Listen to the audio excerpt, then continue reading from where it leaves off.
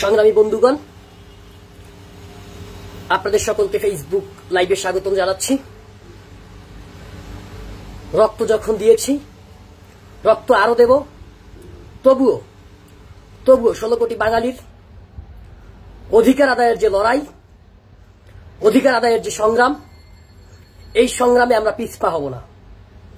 আজকে আমাদের কমপক্ষে 50 জন সহযোদ্ধা রক্তাক্ত, আহত, অক্সিজেন দিয়ে হাসপাতালের বেডে, ঢাকা মেডিকেল, গণস্বাস্থ্য সহ বাংলাদেশের বিভিন্ন মেডিকেলে হাসপাতালের বেডে কাতরাচ্ছে আমাদের সহযোদ্ধারা।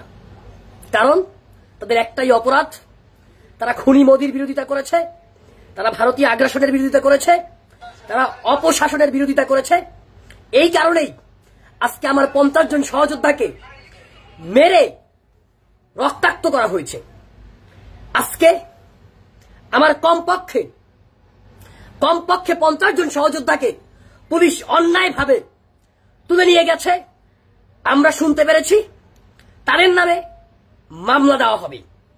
ফেসবুক লাইভটি যে যেখান থেকে দেখছেন, যে যেখান থেকে দেখবেন, আপনাদের সবার কাছে অনুরোধ করব, সবাই আমাদের এই ফেসবুক লাইভগুলোকে 16 কোটি বাংলাদেশীর কাছে পৌঁছে দিবেন। আজকে আমাদের সাথে এত বড় জঘন্যতম একটি ঘটনা ঘটে গিয়েছে, কিন্তু এখন পর্যন্ত বাংলাদেশের কোন ইলেকট্রনিক মিডিয়া এখন পর্যন্ত নিউজ করেনি। 2-1টা প্রিন্ট মিডিয়া নিউজ করেছে, সেগুলো আমাদের বিরুদ্ধে নিউজ করেছে, আমাদের পক্ষে নিউজ করেনি। আমাদের সহযোদ্ধারা তাদের জীবন বাজি রেখে তারপরে পুলিশের ভাইদেরকে বাঁচিয়েছে। সেই ছবি আমরা দেখেছি, প্রথম আলো ভাইরাল করেছে সেই ছবি। তারপরে আমাদের সহযোদ্ধাদেরকে বলা হচ্ছে তারা নাকি পুলিশের উপরে হামলা করেছে। ধিক্কার জানাই, একদম অনুপ্রবেশকারী আমাদের মিছিলের সামনে ঢুকে এই ধরনের সন্ত্রাসী কার্যক্রম করেছে। আমরা এর তীব্র নিন্দা এবং প্রতিবাদ জানাই। আসল ঘটনায় আসি। আজকে আমরা বলেছি যে আমরা সবসময় চেষ্টা করেছি দেশের মানুষের জন্য লড়াই করতে, সংগ্রাম করতে। আমরা সবসময় চেষ্টা করেছি। আমরা বলেছি যেই সময়ে বাংলাদেশের সমস্ত ইসলামিক দলগুলো চুপ করে আছে, বাংলাদেশের প্রগতিশীল রাজনৈতিক দলগুলো চুপ করে আছে, সেই সময় যেই সংগঠনটি এদেশের গণমানুষের অধিকার আদায়ের জন্য প্রতিবাদ করেছে, লড়াই করেছে, সংগ্রাম করেছে, সেই সংগঠনটি বাংলাদেশ ছাত্র এবং যুব অধিকার পরিষদ। সেই যুব এবং ছাত্র অধিকার পরিষদের আপনারা সবাই ফেসবুক লাইভটিকে শেয়ার করে দিবেন। সমস্ত গ্রুপে, আইডিতে যে যেখান থেকে দেখছেন, যে যেখান থেকে দেখবেন, সবাইকে বলবো 2300 ভাই দেখছেন, সবাই শেয়ার করে দিবেন। আজকে আমি আপনাদেরকে যদি আজকের পূর্ণাঙ্গ ঘটনা, আজকে যা ঘটেছে সেই নারকীয় ঘটনার পূর্ণাঙ্গ বিবরণ আমি এখন আপনাদেরকে দিব। সেটা হচ্ছে, গতকালকে আমরা ফেসবুকে বলেছি যে আমরা কসাই মোদি বাংলার মাটিতে পা রাখার আগেই আমরা প্রতিবাদ করব, আমরা লড়াই করব। আমরা আমাদের কথা রেখেছি। সেই কথা অনুযায়ী আজকে গুলিস্তান মুক্ত মঞ্চে আমাদের হচ্ছে পূর্ব ঘোষিত কালো পতাকা মিছিল ছিল। সেই মিছিল শুরু করার আগেই, সেই সকাল থেকে কমপক্ষে পুলিশের কয়েক হাজার সদস্য, ছাত্রলীগ, যুবলীগের কয়েক হাজার সন্ত্রাসী ওই মুক্ত মঞ্চ, ওই গুলিস্তান চত্বর দখল করে বসে আছে। আমরা চিন্তা করলাম, যেহেতু আমরা জনগণের অধিকার আদায়ের জন্য লড়াই করছি, জনগণের অধিকার আদায় করার জন্য মিছিল করছি, মিটিং করছি, সুতরাং আমরা আওয়ামী সন্ত্রাসীদের সাথে, ছাত্রলীগ, যুবলীগের সাথে এবং পুলিশ লীগ এবং পুলিশের সাথে আমরা কোনো প্রকার লড়াই সংগ্রামে যাব না। আমরা আমাদের আন্দোলনের রুট, আমরা আন্দোলনের গতিবিধি পরিবর্তন করলাম। আমরা আন্দোলনের স্থান পরিবর্তন করে আমরা সেখান থেকে হচ্ছে ওভারটেক করে বিজয়নগর পানির ট্যাঙ্কি থেকে আমরা আমাদের মিছিল শুরু করে আমরা কাকরাইল হয়ে আমরা হচ্ছে আপনার এইদিকে আপনার মতিঝিলের দিকে মিছিল করলাম। যেহেতু যুবলীগ ওইদিকে অবস্থান নিয়েছে, ছাত্রলীগ পুলিশ ওইদিকে অবস্থান নিয়েছে, আমরা তাদের সাথে ঝগড়ায় যাব না, কোন প্রকার ঝামেলায় যাব না। আমরা আমাদের যে দাবি, সেই দাবি জনগণের কাছে পৌঁছিয়ে দিতে পারলে আমাদের সার্থকতা। সেক্ষেত্রে আমরা রুট পরিবর্তন করলাম। কিন্তু পুলিশ আমাদের সামনে গিয়ে, পুলিশ এবং ছাত্রলীগ, যুবলীগের সন্ত্রাসীরা আমাদের সামনে গিয়ে সামনে থেকে হামলা করলো। পিছন দিক থেকে পুলিশ আমাদের উপরে আক্রমণ করলো। এখন আমরা ছাত্র মানুষ, আমরা 500-700 বা 1000 লোক ছিলাম। দুই দিক থেকে ছাত্রলীগ, যুবলীগ, পুলিশ যদি একত্রে হামলা করে, আমরা কোন দিকে যাব? আমাদেরকে বেধরম পিটিয়েছে। প্রথম দফায় পিটিয়েছে আমাদের মুমতাজুল, এরপরে হচ্ছে আমাদের ইসলামের একজন জনপ্রিয় স্কলার বাংলাদেশের, কি যেন নামটা, রফিকুল ইসলাম মাদানি।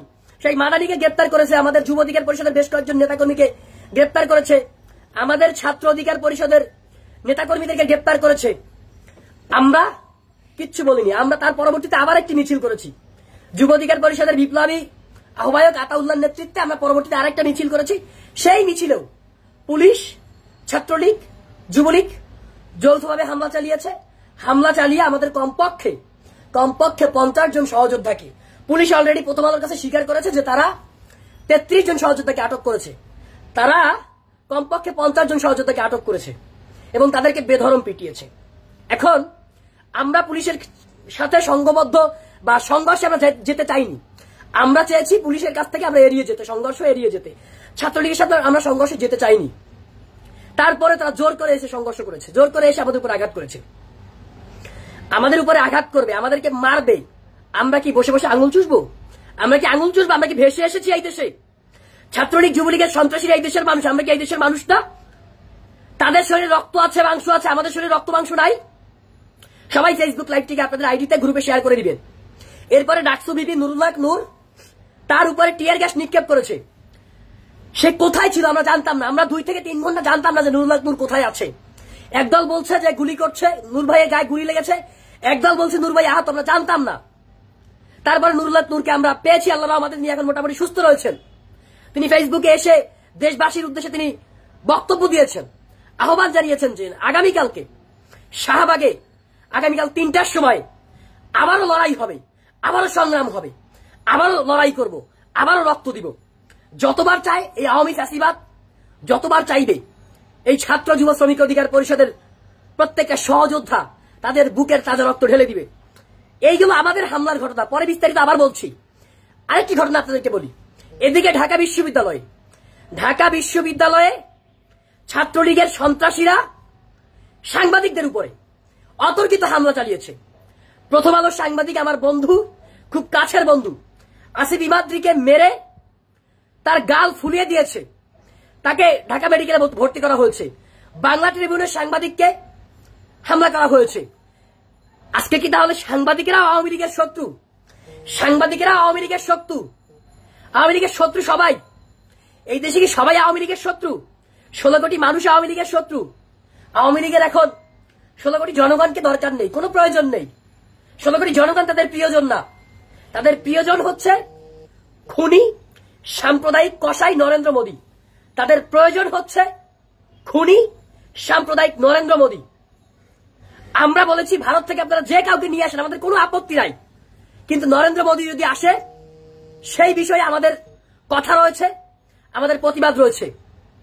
নূর ভাই নিরাপদে আছেন, নূর ভাই ভালো আছেন, সুস্থ আছেন, আমাদের জন্য দোয়া করবেন। আপনাদেরকে আমরা প্রমাণ করে দিলাম, এই বাংলাদেশের মানুষের কাছে আমরা প্রমাণ করে দিলাম যে বাংলাদেশের মানুষের সাথে অন্য সমস্ত রাজনৈতিক দল, অন্য সমস্ত ধর্মীয় দল সবাই হচ্ছে প্রতারণা করতে পারে, সবাই বাংলাদেশের মানুষকে ওয়াদা দিয়ে বরখেলাপ করতে পারে, কিন্তু একমাত্র ছাত্র যুব শ্রমিক অধিকার পরিষদ কখনো বাংলাদেশের মানুষকে কথা দিয়ে সেই কথার বরখেলাপ করে না। আমরা কথা দিয়েছি সর্বশেষ সময় পর্যন্ত আমরা আওয়ামী ফ্যাসিবাদের বিরুদ্ধে, আওয়ামী স্বৈরতন্ত্রের বিরুদ্ধে, আমি ভোট ডাকাতের বিরুদ্ধে লড়াই করব। ঠিক তেমনি ভাবে এই নরেন্দ্র মোদীর বিরুদ্ধে আমরা সর্বশেষ সময় পর্যন্ত লড়াই করবো। আমরা কথা দিয়েছিলাম, আমরা লড়াই করেছি, আমরা কালকেও লড়াই করব। আবারও হামলা হবে, আবারও গ্রেপ্তার করবে। আজকে আমাদের সহযোদ্ধাদেরকে গ্রেপ্তার করেছে, কালকে হয়তো আমাকে গ্রেপ্তার করবে, বিপি নূরকে গ্রেপ্তার করবে, মাহফুজ খানকে গ্রেপ্তার করবে, সোহরাবকে গ্রেপ্তার করবে। গ্রেপ্তার করতেই পারে, তাদের হাতে ক্ষমতা রয়েছে, হয়তো রাতেও গ্রেপ্তার করতে পারে। কিন্তু আপনাদের উদ্দেশ্যে একটা কথা বলতে চাই, আপনারা ভয় পাবেন না, বাঙালি ভয় পায় না। আমরা যদি আপনাদেরকে কালকে মিছিলে আসার আহ্বান নাও জানাতে পারি, আপনারা যে যেখানে আছেন সেখান থেকে কালকে মিছিলে শামিল হবেন। আমার মাঝে আমাদের সাথে এখন উপস্থিত রয়েছেন বাংলাদেশ ছাত্র অধিকার পরিষদের বিপ্লবী ছাত্র নেতা, ঢাকা বিশ্ববিদ্যালয়ের মেধাবী ছাত্র মাহফুজুর রহমান খান, তিনি এখন আপনাদের মাঝে আজকের ঘটনার বিস্তারিত বর্ণনা দিবেন।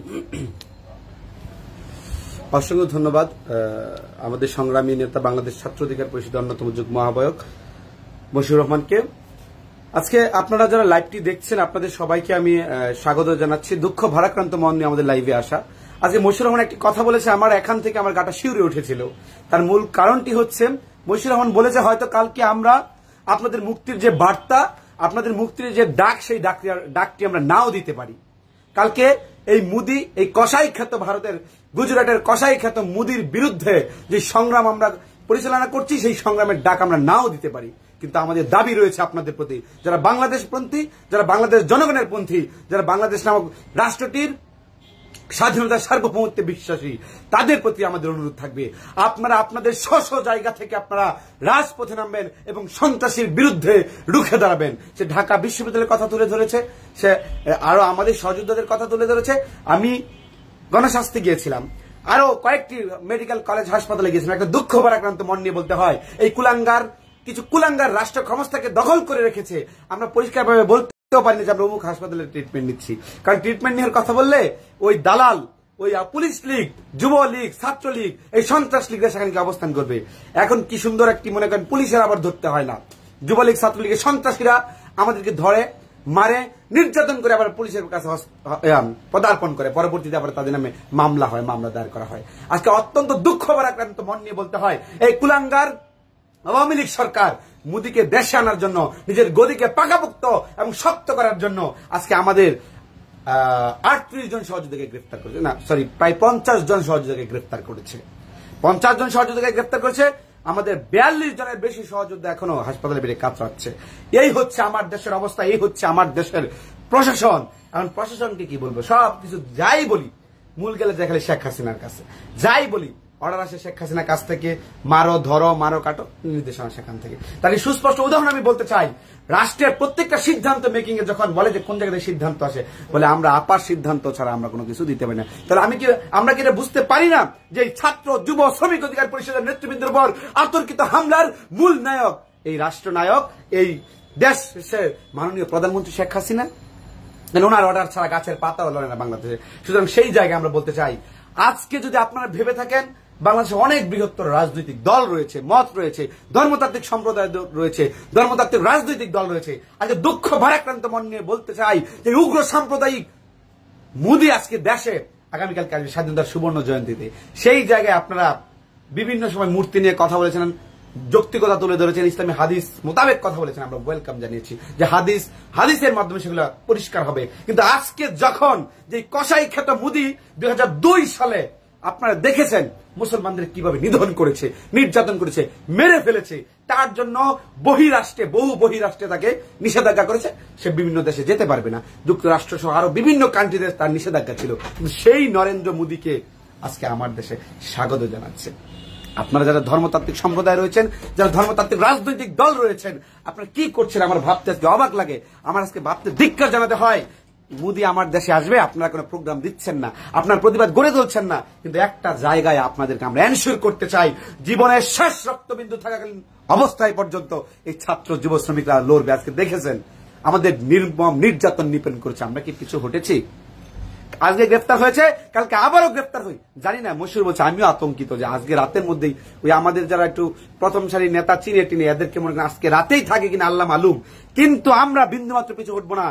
আওয়ামী লীগের কারাগারে, এই আওয়ামী লীগ স্বৈরাচারের যে কারাগার, সেই কারাগারকে ভাঙচুর করে হলেও এই গণতন্ত্রকে আমরা পুনরুদ্ধার করব। আর তাদের গদি রক্ষার যে নীতি আমরা বলতে চাই, যারা বাংলার মা মাটির সন্তান, বাংলার মা মাটিকে ধারণ করেন, বাংলার ঐতিহ্যকে ধারণ করেন, স্বাধীনতা সার্বভৌমত্বে বিশ্বাস করেন, তারা কখনো এই ছাত্রলীগ কুলাঙ্গারদের মতো আজকে যারা মোদী বিরোধী প্রোগ্রাম করেছে, তাদের গায়ে যারা হাত দিয়েছে, তাদের অনুসারী হতে পারবেন না। কারণ বাংলার মা মাটির মানুষ যদি হয়ে থাকেন, অবশ্যই সন্ত্রাস মোদী কুলাঙ্গার মোদীর বিরুদ্ধে আপনাদের ভয়েসকে রেজ করতে হবে। আমরা বলতে চাই, আমরা বলেছিলাম যে আসেন ছাত্রলীগ আছেন, যুবলীগ আছেন, আপনারা আসেন, প্রয়োজনে আমরা খেলবো, আমরা দেখিয়ে দিয়েছি। কারণ বিন্দুমাত্র পিছু আমরা হটিনি। আজকে অত্যন্ত দুঃখ ভারাক্রান্ত মন নিয়ে বলতে হয়, আমার সহযোদ্ধারা বেড়ে কাতরাচ্ছে, একটা সংবাদ সম্মেলন করব। এত প্রিন্ট মিডিয়া, এত কিছু, ওই যে একবার খালেদা বলেছিল যে আমরা তো অনেক চ্যানেল দিয়েছি, প্রাইভেটাইজেশন করে দিয়েছি। আওয়ামী লীগ সরকার তো অনেক চ্যানেল প্রাইভেটাইজেশন করে দিয়েছে, কিন্তু আসলে কি প্রাইভেটাইজেশন হয়েছে, না আওয়ামী লীগ সরকারকে এই চ্যানেলগুলিকে কুক্ষিগত করেছে? আমরা যখন ফোন দিয়েছি, আমরা একটা সংবাদ সম্মেলন করবো, বলে তাদের উপর থেকে নিষেধাজ্ঞা রয়েছে। এখন একটি রাষ্ট্রের ভিত্তিপ্রস্তরকে ঠিক রাখার জন্য ফোর্থ স্টেট হিসাবে গণমাধ্যমের উপর নির্ভর করে, কিন্তু অত্যন্ত দুঃখ ভারাক্রান্ত মন নিয়ে বলতে হয় যে রাষ্ট্র আজকে কতটুকু বিধ্বংসী পর্যায়ে গেলে রাষ্ট্রের প্রত্যেকটি স্তম্ভ ধ্বংস করে সর্বশেষ ফোর্থ স্টেট যাকে বলা হয় সেই গণমাধ্যমটিকে আজকে ধ্বংস করে দেওয়া হয়েছে। কারণ আমরা যখন ফোন দিয়েছি, আমরা সংবাদ সম্মেলন, তারা বলে আসা যাবে না, কোনোভাবে আসা যাবে না, উপরের নির্দেশনা আছে। তারা কি স্বাধীন? আজকে আমি 75-এর শাসনামলের দু একটা কথা বলে শেষ করবো, খুব বেশি কথা বলবো না।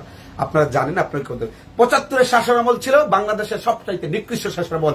74-এর শাসনামল ছিল নিকৃষ্ট শাসনামল, যে দুর্ভিক্ষে হাজার হাজার লক্ষ লক্ষ মানুষ মারা গেছে। রাষ্ট্রীয় পত্রিকা 4টা পত্রিকা ছিল, এর বাইরে কোনো পত্রিকা নাই।